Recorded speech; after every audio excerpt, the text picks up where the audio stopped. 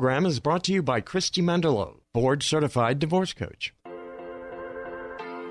So many people are affected by divorce at some point in their lives. It can be a lonely and challenging time of life, but it doesn't have to be. Whether you or a loved one is considering divorce, going through it, or coming out of it, the Divorce Coaching Hour with Christy Mendelow is here to be your go-to educational, informational, and inspirational resource for those touched by divorce. Christy has been there, and now she's here to walk the path with you as a Christian board-certified divorce coach and as your thinking partner. She and her guests will bring you important insight and information, helping you make better decisions through and beyond the process, inspiring you to be your best self for you and your family, all giving you hope and reassurance that you'll be okay. The Divorce Coaching Hour with Christy Mendelow starts now. And here's your host, Christy Mendelow. Well, hello, everyone. Welcome to the Divorce Coaching Hour. I'm so glad that you are here with us today, or whenever you are listening. The American dream. It's been said that homeownership is an integral part of that dream. According to the U.S. Census Bureau in 2022, the national rate of home ownership in the U.S. is 64.8%. So that's over half of the population of the U.S. What is likely not a part of that dream is divorce. And at any given time, the national divorce rate is 40 to 50%. While I can't say that everyone who divorces owns a home, I think those numbers hint at the fact that many people who divorce do own a home. And with that said, it's critical to consider real estate as an integral part of divorce. As I continued to research for the show, I also searched how many steps are in a real estate transaction. I found an article that shared a list of over 200 possible steps, procedures, and review stages in a successful transaction. That's a lot of steps and a lot of room for mistakes. And guess what? That doesn't include the mistakes that can be made because of divorce. The bottom line is this, folks. We don't want you to make mistakes in divorce. And we feel that if we can help you become aware of potential mistakes and provide you knowledge about them, you will potentially avoid them. And with awareness and knowledge, it is our hope that you will make better decisions through the process of divorce, wherever you are in the process. Today, we wrap up a short series entitled The 5 Biggest Mistakes in Divorce. In the first show, we talked about the general mistakes that people make as they traverse divorce. In the second, we talked about the 5 biggest financial mistakes. If you missed them, you can listen to them and any of the now more than 150 episodes of the Divorce Coaching Hour at your convenience after it airs. You can find those shows at thedivorcecoachinghour.com or wherever you get your podcasts. Today, we will talk real estate, and Amber and Scotty Gifford, specialists in divorce real estate, are here with us to talk with us about just that, divorce real estate. Specifically, they are here to talk with us about the 5 biggest mistakes in divorce real estate. Amber and Scotty are passionate about helping people through divorce, specifically with regards to their real estate assets. They work hand in hand with clients through the difficulty of property division and rebuilding during and after divorce. They focus on removing the fear by helping clients learn the facts. Both Amber and Scotty hold the Real Estate Collaborative Specialist in Divorce designation. That's a mouthful. RCSD is what we'll call it. And they are partners in work and in life and are raising a blended family of their own. Before we kick off our discussion with the Giffords, I want to remind you that this show is for those considering divorce, in the midst of it, coming out of it, and also for friends and family of those divorcing. So really, it's for anyone, as it can be an overwhelming life event for everyone involved. And I must also remind you that we're not here to coach you to get a divorce or give you legal advice. What we are here to do is walk the path with you, no matter where it may lead. My guests and I are here to help you make better decisions in this time and beyond, to provide you information and resources, to give you ideas about how to be your best self in a time that can bring out your worst, and give you hope. Speaking of, please join me in our Divorce Coaching Hour prayer. Father, thank you for bringing us here today to talk about one of the difficulties we face in life, divorce. We know that divorce breaks our hearts as it does yours. We're here to walk the path with those traversing divorce, with you as our guide. Help us speak to those hurting hearts and confused minds tossed about by divorce. Please help us to provide them helpful information, insight, and ideas that can help make the very best decisions possible for their families and for themselves today and into the future. Please help us to bring comfort, support, and hope to all those who are listening. And please, Father, let the words we say be yours, not ours. It's in your Son's name we pray. Amen. I also must say, before we bring on Amber and Scotty, that I ask our Father for help and support and comfort for those in the wake of the tragedy in Uvalde.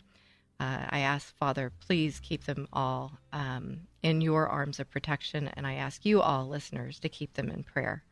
And now, on that somber note, let's turn it to something that may be more difficult as well, but hopefully with what we're going to share, we can share some good information that can help people create a better future. And so, Amber and Scotty, hello. Welcome. Thanks for having us again. Welcome back. I'm glad that you are here. And I know that we're in for a great show with great information because you guys do work so passionately in your business and in your life together. So thanks again for being here. So we're talking the 5 biggest mistakes in divorce real estate. Mm-hmm. And as you heard, we've been talking about the financial aspect. We talked about the general aspect, but we talk about real estate because it's a big component of the divorce process. So why do you guys think that we would want to talk about the mistakes? Oftentimes as people, we don't want to talk about mistakes, right? Of course. But why do you think it's a good idea to be aware of the mistakes that can be made in divorce real estate? Amber, you want to kick us off? Well, mostly because I feel like knowledge is power. And if you can learn from mistakes. That's what we're supposed to do, right? Like you make a mistake. Okay, how could I reflect on this, change it? What do I need to know? So we want to offer some of those big mistakes to you so you can learn in advance so you don't make them. Yeah, learn from other people's mistakes. For sure, like, not your own. Don't do it over. Right. We hear it every day, so. Yeah, I had a boss one time that said, he was like, you make a mistake once, that's okay.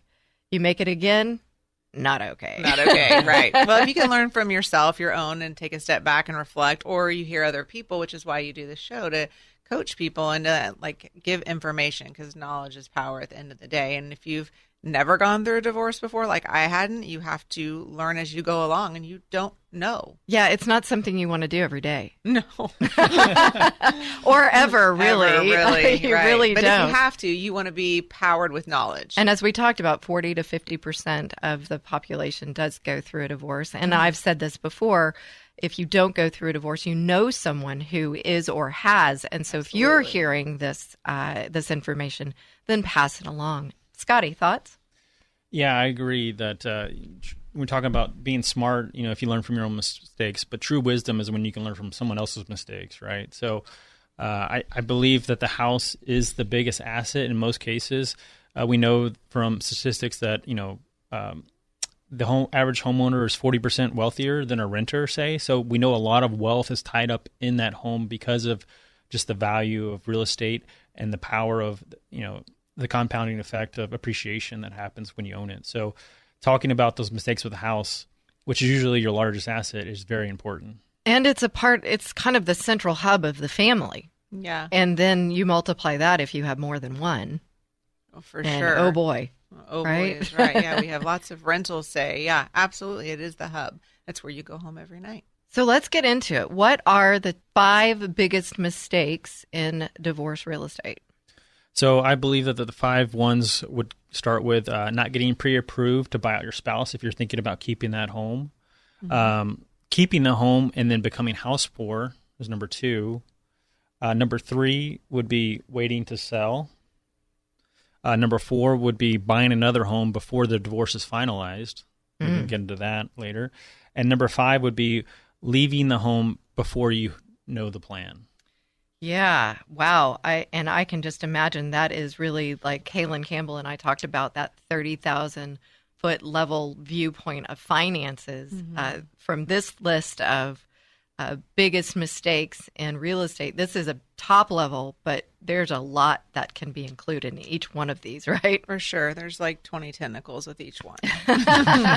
Okay, are we referring to these as an octopus? There's a lot. Maybe it's not. It's an octopus. It has 20 arms. So yeah, a lot. So let's get into that. So number one, not getting pre-approved to buy out your spouse. Tell us about that. Sure. So a lot of people, when we have the conversation, they come to us before they've even talked to an attorney or they've even had, any conversations in depth with anyone else.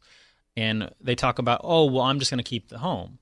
And we go, okay, well, that's great if you want to do that. And we can obviously help you facilitate that. Our stance is always, when you come to us, we want to help you make informed decisions about what you're going to do with that home, your largest asset usually. So when you do want to keep the home, though, you have to be lender approved, right?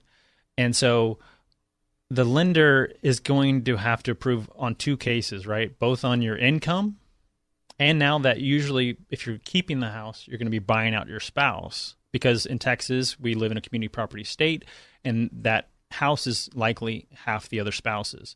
So knowing that those two components, pre-approval and extra equity in the home that you're going to have to buy out your spouse, it's going to require a lot of groundwork we needed to do to make sure that you can do that. Okay, so there sounds like there's a lot in there. And is there a way you can kind of walk us through what that means to someone? So that process of buying, getting pre-approved. Sure. Yeah, so what we always do is me and Amber have what we say is we have an equitable interest audit, right? And so what we're going to see is how much is the value of the home. Mm-hmm. So we actually will provide them, on a CMA just to get a value of the home.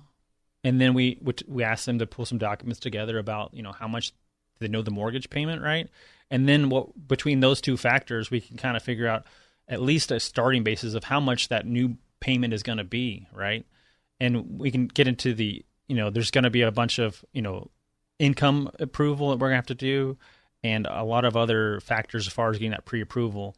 But those are kind of the starting bases of getting that, knowing if you can for the home to buy them out. So like many things, meeting with a professional who is specialized in this, getting kind of that big picture within the big picture of the assessment, and then drilling down based on their individual situation.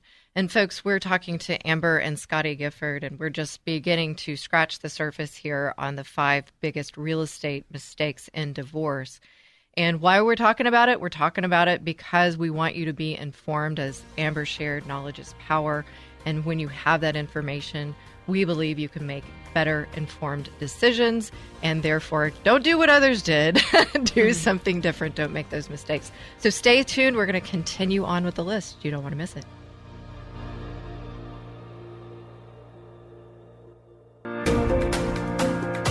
Friends, welcome back to the Divorce Coaching Hour. We are talking about mistakes made in divorce, specifically related to real estate today. It's one of the biggest assets involved in a divorce. And we're talking to Amber and Scotty Gifford, and they are real estate specialists in divorce. They work passionately with people to help them not make these mistakes. And we were talking about number one, and it's such an important one. Number one is such an important one to cover a little bit more thoroughly. And so what was it that you all wanted to add to number one, which again, let me just recap, not getting pre-approved to buy out your spouse? So going back to the value of the property, right? So we always, when we meet with the clients, we talk about that value, but we talk about the condition of the property a lot, because home is not just one thing, right? So it's a bunch of pieces put together, and it's a marvel of engineering in today's world. But those things can break, right? And sometimes we talk about the big 5 of the house, right? We talk about the plumbing, the electrical, the AC, HVAC unit, the roof, and the foundation. So all those things are going to come into play on the value of the property. And so that's something that we all kind of advise on and get people in there when we're talking to them to say, hey, we need somebody looking at the foundation. We need somebody to come out and probably look at that. Hey, this roof looks, might need some work. or, have you had your AC checked? And so those things we talk about, because those are things that are going to come into the value, into that equation of how much equity is in that home. And which so changes the bottom line of the equity if there's some drastic repair like a roof or they have a foundation issue. So it's very important when you are getting a pre-approval to buy out your spouse, you actually know what you're buying. Because if it's been 10 years since you had a new roof or your AC checked, you might have a problem. So then if you're going to get 50-50 split or however you're splitting, someone's got to pay for that repair in advance. Right. So kind of like, what's the quality of what you're buying? And so it's way more than just what a number that would be on a CMA. Some real estate professionals may just pull numbers and hand you, this is what the CMA spit out. But you're looking at the ins and outs, the upkeep of the house, and the true value is what I'm hearing. Right. I said instead of just going and getting an assessed value or looking on Zillow or something, we're actually asking the questions that are long term. Yeah, those things that'll lead to impact to your dollars and cents in the long term, right? And lead to. That's very important, because one of the things I'm sure you guys would agree is we're very much trying to help people understand the decision is not just about today. It's 5 years, 10 years, 20 years down the road. And so I think that might lead us into the second one. And what is that? Help us. So keeping the home because you think I have to have this home, and then you end up being house poor.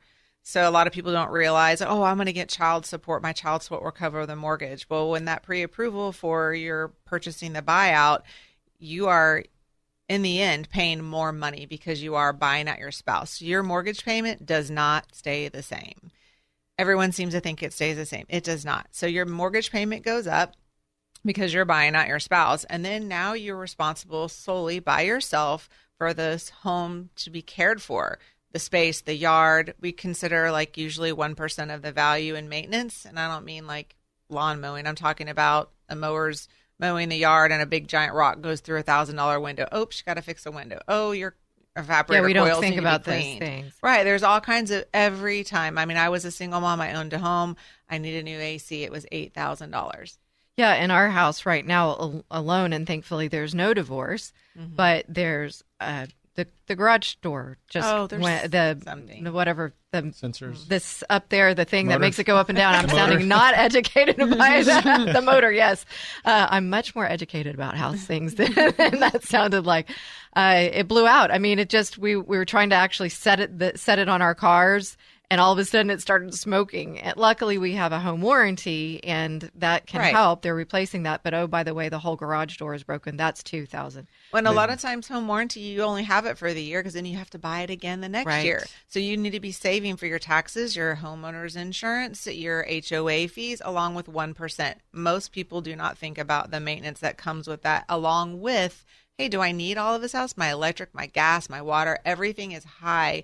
And it's the same people minus one, but you're paying for it with just one. So help us understand, and let's say a $300,000 house. That's a part of the marriage estate. When you're talking about going and buying them out, are they needing to qualify then for like a $450,000 loan to cover those expenses? Well, you have to know what the value is of the house first. Okay. And so once you know what the value is and the equity is in the home, you're splitting that, whatever the division split is, and that's the portion of the out spouse that you're rolling back into your loan. So I would say then if a couple is considering divorce, which we hope that they aren't, right now, is to get that information together and start looking at it, because I think a lot of people just kind of say, oh, well, I'm going to get this house and it's worth this, but they haven't really looked at what is the equity, what's the upkeep of the house. Yeah, and that's another thing that plays into keeping the house is you're going to have to, there's refinance costs. Even if you're keeping the home, there's going to be refinance costs that are going to be rolled into that mortgage. So, I don't have to pay for it because I'm just rolling it back into the loan. Well, that is going to affect you as far as the payment goes because you're raising the payment again. So everything you do to think I'm just going to defer this, what's raising that cost for you for down the road, 2 months from now, 6 months from now, that payment's still going to be there and it's going to be higher than you've been used to paying. But all those other bills, like Amber said, for the house are still there. So now you're down to one income, but your bills are higher. So. And I got to speak to what's behind this often is winning. An emotional decision. Oh, I'm going to keep the house because I deserve it. I need it, that sort of thing. And we're not getting out of that emotional brain. Right. Or we're in that, well, if I get it, he doesn't have it, or if I get it, she doesn't have it.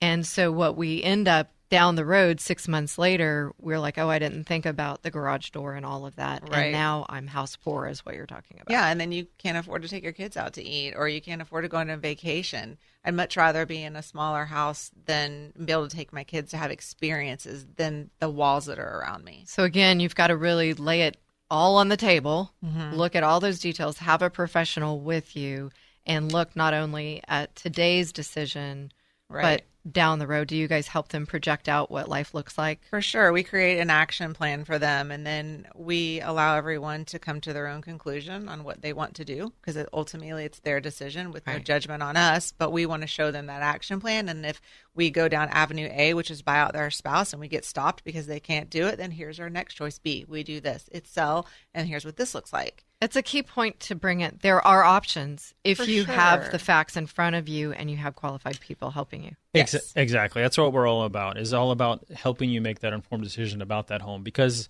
it is a big emotional and a big financial decision that you're making, right? So it's not something you should just make on a whim, the fly, right? Yeah. So it's going to be like, hey, let's sit down. Here's all the facts and figures about this way. And on our website we have a divorce buyout calculator. So it looks like saying, hey, this is what it looks like if I sell it based on the value and the equity in the home, and this is what it looks like if I refinance it and keep it, and then you can figure out your mortgage payment. So we try to provide tools and knowledge and work with people. So whether you're keeping the house or not, we always say, hey, come to us and let us help you make that decision. Evaluate it first. Yeah. And it never fails to, like, the situation, like, oh, I'm going to get the house and I'm just going to turn around and sell it. Well, that's not a wise decision either, because then you're footing the bill by yourself, paying all those fees on your own, unless you plan on keeping it for 2 to 5 years. So we go way down the road to see what that plan actually looks like, your income, where you're at. I mean, if you were a stay-at-home mom and you have to get a job, the likelihood of you doing that is probably slim. Right. And what's really ringing there is one of the things we were all trying to do in the divorce profession is open, eyes wide open for people so that they can know what's, behind this door, so to speak, talking real estate. Okay, so we want to make sure we cover them all. So number 3, waiting to sell. What does that mean? You want me to take that one? Yeah, sure. Waiting to sell. So sometimes people go, oh, we're just going to wait it out and see what happens. Maybe don't get pre-approved.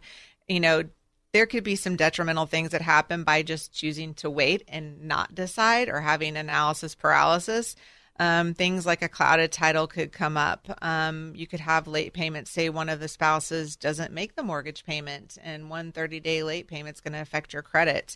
What if somebody took out a HELOC, home equity line of credit on the home, one of the spouses, and you weren't aware of it, and now you have a lien on the property? Some divorces, let's be honest, can take a long time. And if you haven't made decisions about the asset that's the largest, which is your home, you are opening yourself up for a window of having possible clouded title on your home when you go to sell it. So many things that can I'm trying to remember. I had someone call me one time. I think they actually wanted advice, which as a coach, we don't give advice, and we certainly don't give legal advice. But it was something very intricate, like you're talking about. Somebody had died. They hadn't sold the house in divorce. They still owned it. And it's like, what am I supposed to do? I'm like, you need to talk to an attorney. Right. We get calls probably every week with some form of that scenario, or divorcing and they left. I mean, you have to assume that everybody is going to do right, but they don't always. And sometimes things happen that are ugly, and people get ugly with one another and do things. And so therefore you end up with situations at closing that you have to pay a lien back that you weren't expecting to in your $50,000 worth of equity, which is now $25,000. Yeah. Ouch. Ouch. And, I hate to say this, and again, we're talking about mistakes, and we typically don't want to talk about mistakes, but we want to, because we want to open eyes wide open there. But typically divorce is going to be worse than you might think it would be. Could be. And I hate to say that again. I'll say that again. Because I don't want it to be more difficult. But we oftentimes think, it's just going to be some paperwork. But it really is a very intricate thing. And so it's worth taking time to use the resources that professionals like yourselves offer, professionals like myself offer, to really, and almost force yourself. Let's get it down on paper. Because again, that's what you guys do. Learn the facts, remove the fear. Yeah, it gets you out of that emotional brain when you can put the numbers on the paper. And then you have objective folks like you guys and other divorce professionals where you can toss around those options and make better decisions. Absolutely. Yeah, we believe in having a team around you, right? So whether it's divorce coach, the real estate, the financial, and the attorney, we want to bring all those people together so that they can make those decisions as a team and not just, we're not just leaning just on us. When you get us, you get a whole team of people. Yeah, and bottom line, I know a lot of people, the thought would be, again, and I say this often too, is that's going to cost more money. But in fact, in the long run, it's going to save you down the road. Yeah, it's going to save you in a lot of different ways, not just money, right? Feels counterintuitive, but it's not, folks. And you're hearing it from 3 divorce professionals right here. We want to open your eyes to this so that you don't make mistakes. We've got a couple more to get through, so come on back. Don't miss it.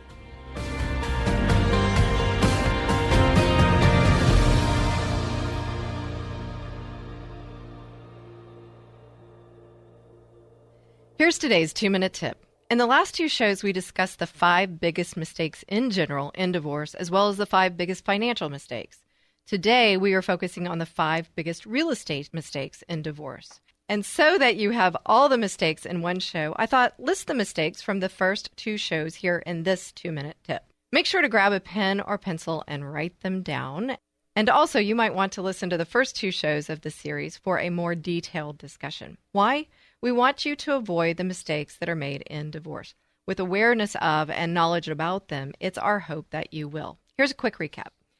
These are the 5 biggest mistakes in general, and thanks to Susan Kiernan, fellow divorce coach, for sharing these with us. Not being prepared, or rather being unprepared, for the divorce process that is the best fit for you. Not having a good understanding of your finances. We featured an entire show on this one. Not having a decent understanding when you start the process of divorce around the law of your state or even the county, going deep into a relationship, and not taking care of yourself. And these are the 5 biggest financial mistakes, and thank you to Kaylin Campbell, insurance specialist, for sharing these with us.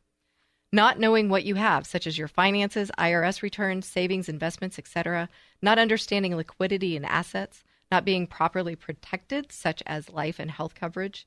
Not properly planning for the future, specifically income and expenses. Not updating paperwork and planning accordingly, such as estate plans, quadros, wills, etc. And we threw in a 6th, not understanding potential tax implications. There are a lot of mistakes that can happen. With enough awareness and knowledge, I pray they won't. And if I can pray with you or support you as you traverse divorce, please email me at Christy@ChristyMendelow.com. And remember to keep listening each week for another 2-minute tip, all to support you or someone you know who is facing or going through divorce. And please share this episode with those who will benefit. God bless you. Welcome back to the Divorce Coaching Hour. We are talking mistakes. Still, maybe you were listening earlier and you were wishing that we weren't talking mistakes still, but we are. And why are we doing that? Well, we want you to open your eyes wide to this process. First and foremost, we hope that you're not going through divorce, but 40 to 50% of the population does. If you are, let's traverse that process in the best way you can. There are people who have been through it before. They've learned the lessons the hard way, the school of hard knocks, right? And I'll tell you, when divorce comes knocking, those hard knocks hurt, and they can hurt for years and years and years. And so we're really looking at, speaking of knocking, we're looking at real estate today and the mistakes that are made in real estate amid divorce. And we're talking to Amber and Scotty Gifford. They work with people to help mitigate these mistakes and help them make better decisions through this process as they go through a divorce. So we've been talking about these 5 biggest mistakes in real estate and divorce. And they were, just a quick recap, not getting pre-approved to buy out your spouse. That's a huge one.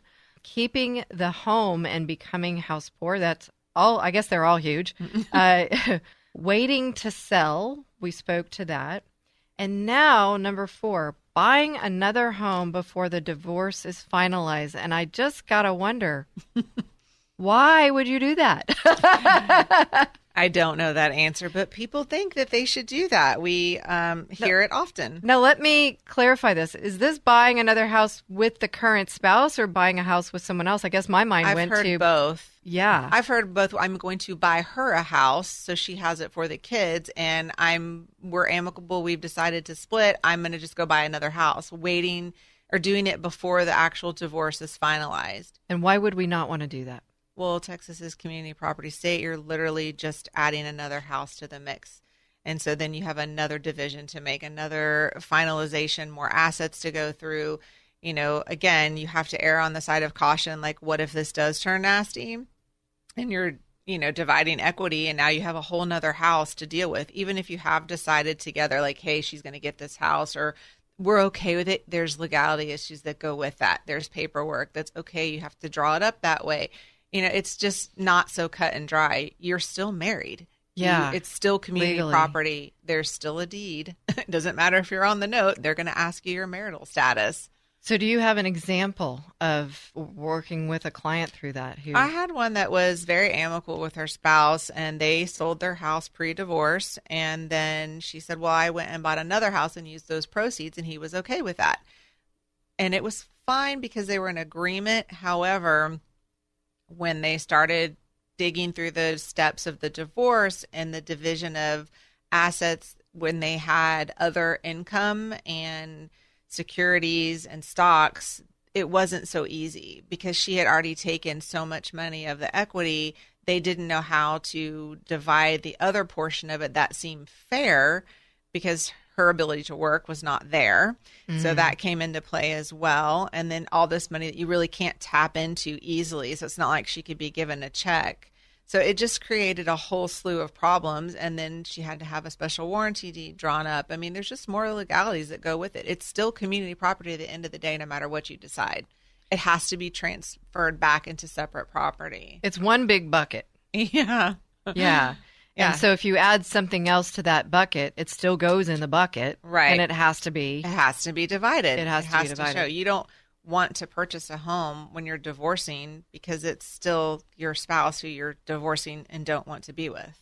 Not to mention, it's more often than not a contentious Most situation. of the time. And as we already talked about before, oftentimes divorce is worse than you think it will be. And something can happen. Somebody doesn't get their way. And the next thing you know, yeah, we've agreed amicably. Absolutely. And no, now you can't have the house. I have plenty of clients that are amicable and they work through it. But, there's plenty on the other side that don't. Or someone remarries and then it's a whole new ballgame because that spouse is dictating, well, I don't want her on this property. Or it's a nightmare.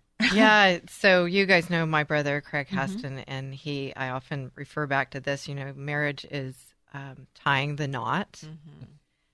Divorce is untying the knot. But in this case, it would be unraveling a big, messy knot if you add more to it. It is messy. And then when you have children involved as well, stepchildren, they remarry, and it can get really, really nasty quickly. So the best thing to do is wait till your divorce is finalized, and then you can take your equity or whatever the money you have and will help you find a new house, but not to do it while you're still married because it's still community property. Yeah. The reality is it's going to be anywhere from, depending on the state, but, let's call it 12 months, maybe less, up to 18 months of your life. You can wait. And if there is that thinking that I need to buy a house for this person, then go to the professionals again, right? Sure. And ask them how to do this and with the proper simplified channels. Yeah, I have another client too. Her soon-to-be ex is purchasing the house, paying it off for her. She too doesn't have an ability to earn a certain income, and so he's paying the house off for her, but she's still going to be responsible. And I made this very clear for HOA, insurance, the 1% maintenance she needs to be saving for, taxes. Like, you're still responsible for that. So you're still responsible for something, even though you have a house that your spouse that you divorced paid for you. Which goes back up to keeping the home and becoming house poor. Absolutely. Is that still a right decision? So, he's paying it off. Well, let's look at the bigger picture of this. That's why we always say, like, hey, you're not free and clear. And Right. then he isn't either. I mean, you have to sign a deed over, and there's other things. Yeah, we had another client that even though she didn't have a mortgage payment on the house, the taxes at the end of the year and the HOA Right. and the insurance was just killing her, right? It was just too much for her to bear by herself because she wasn't getting enough support on the other side, and her job didn't support enough to pay for this big, large home, right? It was just too much for her, and it was adding stress to her every day. She's already worried about something breaking or when that bill was going to be due. And this was 3 years post-divorce, and I just sold her house this week. Oh, wow. 3 years. She had been just fretting, gritting her teeth. I cannot afford this house. And she knew it, and the upkeep. She had no mortgage payment, but she had things to pay for still. Well, again, it kind of goes back to that winning idea, not to say that your client was in that mode, but it's like you're wanting to hold on to that which you had. And sometimes freeing yourself of the house and that debt is one of the healthiest things. And I'll offer up, sometimes you don't even move ahead emotionally until you let go of the marital I mean, I property. get it. I have kids. This is where you brought your babies home. You had a life. But I'll be really honest with you. Like, I wanted everything different. I didn't want those same walls. I didn't want that same furniture. I didn't want their reminders. And you want to create a new space and a new life for yourself. So Yeah. it's better when you can do it on your own and go, look at me. I'm so proud of me. Yeah, for sure. And again, that team around you to make those smart, Absolutely. wise decisions. All right, so that takes us to number 5, leaving the home before you know the plan. What does that mean, Scotty? So we've talked about a lot of these, financial things, but really what we're going to be talking about here is if you're going to be leaving the home because of the divorce or you're planning, a divorce is impending, you're basically going to be adding to your stress level more by doubling all your bills, right? So now you're responsible for a new place because you rented a place, an apartment or whatever, or you're trying to buy a house. You're essentially going to say, okay, well, I have all these other bills that I'm still liable for because it's still community property. Even if she's going to keep it, I'm still liable for that payment over there. But now I got this new set of bills over here, and then I'm going to have to hire an attorney to help us divvy all this up, right? And there's going to be costs associated with all this. And so it's going to put yourself into a bigger financial ball of stress by just doubling your bills overnight. So are you saying then I would stay under the same roof with my soon-to-be ex-spouse? First, yeah, I would say, hey, go find another bedroom if you need to. We only recommend, if there's like some danger of staying there, do you stay there? But if you can just, in my situation, my divorce, we slept in different rooms for a while before we finalized, and everything. We knew the plan going out, right? Okay, she was going to keep the house. She was going to buy me out. Now I made some mistakes on the buyout because I didn't know what I didn't know. Right. And now I help people with that going forward about, using There's that different wisdom. tools. Yeah, different tools about, I left equity in the home. But, it's going to come down to I knew my plan where I was going to next before I jumped, right? You don't jump ship until you know that next boat's close enough to make it, right? Yeah, and I think it's a good thing you say because I did it wrong too. Because of hearing those words, I want a divorce, and I was in such the emotional state. I packed my bags that night and left and went to my family's home in the same city, and I didn't know better because I was full of emotion. I didn't know what to do, and as I learned about it afterwards, even my father was like, you shouldn't have done that because of the perception there as well. And so it just, again, complicates it. So it sounds like if you're really putting on that thinking cap, which is what we're here to do, is help be thinking partners to people, is, okay, we get it. We're going through a tough time. We're going to be untying the knot, but let's save the money. Let's put it into the estate, split that, and not add any expenses.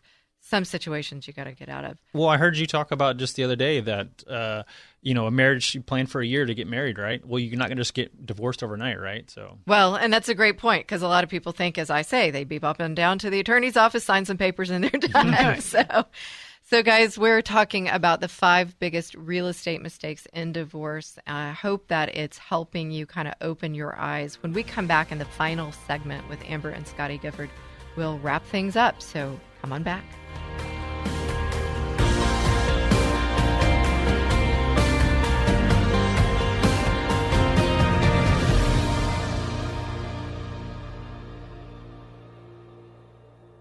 Friends, I'm so glad that you're listening to the Divorce Coaching Hour, and there's something I want you to know. I really want you to hear this. I, as a divorce coach and the host of this show, don't advocate for divorce in general. Our goal is to glorify God first and foremost by helping you save your marriage. The fact of the matter is that there are times when a marriage can't be saved. I know, I've been there. And when it can't be saved, we want to walk alongside you through it. We want to help you pick up the fragments, put the pieces together, and help you stand strong and walk through divorce courageously. And I want to share something with you that may help. I'm on another show here on KKHT. I'm honored to be the wingman on Courageous Christianity with Richard Mendelow, where each week Richard and I talk about the intersection of our faith and the secular world, and together with interesting guests, we shed light on this critical intersection, on spiritual combat, and on the rules of engagement for Courageous Christianity. It's my belief that Courageous Christianity with Richard Mendelow can be another resource that you can turn to as you walk through this path of significant change in your life. So please join us. You can catch the show on this station, 100.7 FM KKHT, at 12 p.m. noon Central Time, Saturdays, and online at kkht.com as well. Hey, grab your lunch and join us for both shows, back-to-back, 12 p.m. noon for Courageous Christianity and 1 p.m. for the Divorce Coaching Hour. You can also find all shows under podcasts under the Programs tab on kkht.com.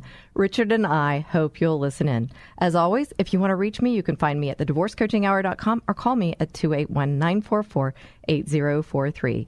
We are grateful for you joining us each week and for your support. And we're having fun here in the studio on break. Listening to the Divorce Coaching Hour, you might think, fun? Huh? What? But we were talking about the show and Amber and Scotty being here again and sharing their much needed experience and advice for those of us who are unfortunately facing divorce, considering divorce, going through it, or even coming out of it as we're rebuilding. Real estate plays a part in all of it. And so, again, sound like kind of a broken record here, but we want you to hear it, is that these mistakes are ones that are often made, and Amber and Scotty, as real estate divorce specialists, they see it, and they see it often. And so we're sharing them with you so that you don't make them. And so I want to just, we'll do a quick recap of the 5 in just a second. But before we do that, I'm sure people, hey, they may be going through a divorce, and they may have real estate, so they need to reach out to you. How would listeners learn more about you or contact you? Yeah, so you can read more about us at thegiffordgroup.net. So we have a lot of resources on there and a lot of information, but that's probably the best way to just get to know about us. You do have a lot of information. I was, even though I know you both, I was going back and just double checking, see what you might have updated, and wow, there's a ton of information on your website, and that's great because people can spend some time going through the YouTube videos that you guys have done, the shows you've done with me on this show, talking about everything from your blended family to just kind of real estate 101. Lots of forms, lots of calculators, so you can kind of help educate yourself. And so that's the giffordgroup.net, correct? Yes, correct. Yeah, we get calls often like, how do you use this calculator? And we don't mind helping. Like if you have a phone call or call us and you have a question, Scotty will go over the calculator. There's a child support calculator, which follows the Texas OAG. So there's a ton of info on there. There is. And don't just Google, people. Right. No, go to your website. Come to us. That's right. There you go. Well, and you do. You want to go to reputable folks, and not to say that there aren't others out there. There are. Mm-hmm. One thing I would be remiss in not mentioning, that we're a part of the National Association of Divorce Professionals, highly vetted divorce professionals. Amber, you're the leader of our Texas/Houston chapter. And so we're a group of folks that work in from divorce coaching like myself to real estate to finances to insurance. Legal, of course. Attorneys are in their special needs, all of that. And so it's a pretty rigorous evaluation to be a part of that. So you can also go to the NADP.com and look up real estate professionals there. Really, for anywhere you want to look within your state and your city. And so thanks for letting us know how to reach you. Let's do a quick recap for you guys list them for us? Sure. Number one was not getting pre-approved to buy out your spouse and just thinking you can just keep it and not have to get it out of their name. Number two was keeping the home and becoming house poor. Three was waiting to sell. Four was buying another home before you get divorced. And number five would be leaving the home without a plan. And all very important, all with 20 tentacles, as you said, Amber. So I always think like you turning over another leaf and something's under it. It's just like the onion. Yes, there are a lot of different metaphors there. But so if you've just coming into this fourth segment, go back and listen to the first three because there's lots of great information. Also, go back and listen to the mistakes in divorce in general and also financial. It all works together and to help you move through successfully. Mm-hmm. So what else should I be thinking about when it comes to mistakes in divorce, whether it be real estate or otherwise? I was just pondering that thought here. And I think, too, like people hear the word mistake, they take it personal, like I messed up. This is going to define who I am. That's not really true. I mean, in the big scheme of things, your home is what you make it, not the walls that are it. And the mistakes that you make, you can learn from as long as you keep asking questions, you keep educating yourself, keep using that team. Don't just listen to what one person tells you. Ask. Keep asking. Keep learning from it so you can learn. Just because you make a mistake, well, pick back up and start over. We can fix just about anything. Doesn't mean it won't cost money. Doesn't mean it won't be emotionally taxing. But at the end of the day, I'm 6 years post-divorced, remarried to Scotty, happier than I've ever been. We have 5 children together. Like, we're living proof that you can get through this. And no matter how horrible that is, what you're going through, there is light at the end of the tunnel. Yeah, another metaphor, and there is. There really is. There really is. And so, Scotty, your thoughts?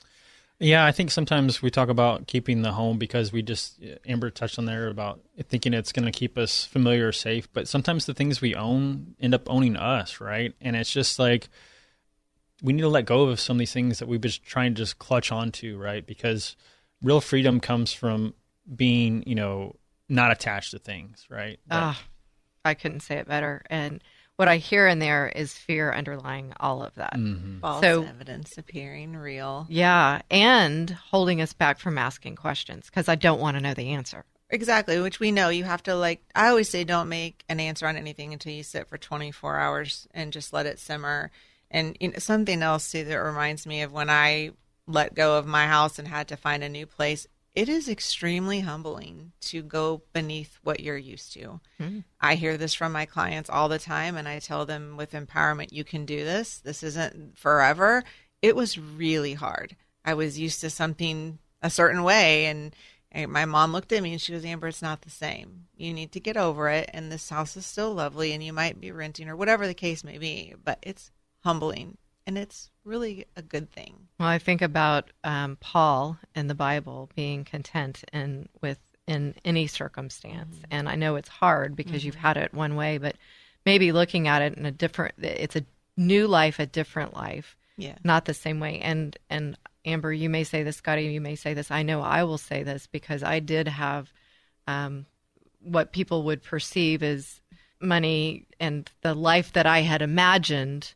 As I often say, a McMansion and a sports car and all of that. And it all went away. And I realized that it was just false. It did own us, Scotty. Mm-hmm. And now you said true freedom is, I went years of, I really talk about, I had to lose everything to find myself. And so now count it all joy. Mm-hmm. We're focusing on that on our show, Courageous Christianity, count it all joy, bringing us through these trials.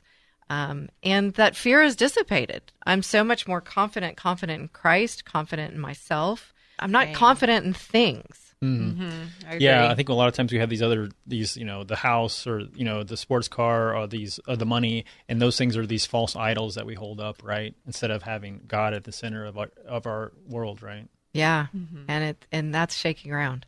Mm-hmm. Yeah, because all those things are going to fade away. Your spouse that you've been counting on, when you're going through this divorce, she's no longer there, right? So or he's no longer there. So now who do you turn to, right? Because you counted them as your idol to hold them up, right? Yeah. And I mean, I know we're talking about mistakes and divorce, but this is the deeper side of it. And when we step into new relationships and we don't have God at the center, we don't have that strong foundation. 100%. And so no matter real estate, I know a story, I tell it often, about the person who needed to win in divorce and wanted the pets and the house, and 6 months later was having to return the pets to a foundation, or what are those places called when they Shelters. take shelters, right? And you know what happens with pets when they're at shelters, and then lost the house because the things were owning them. Mm-hmm.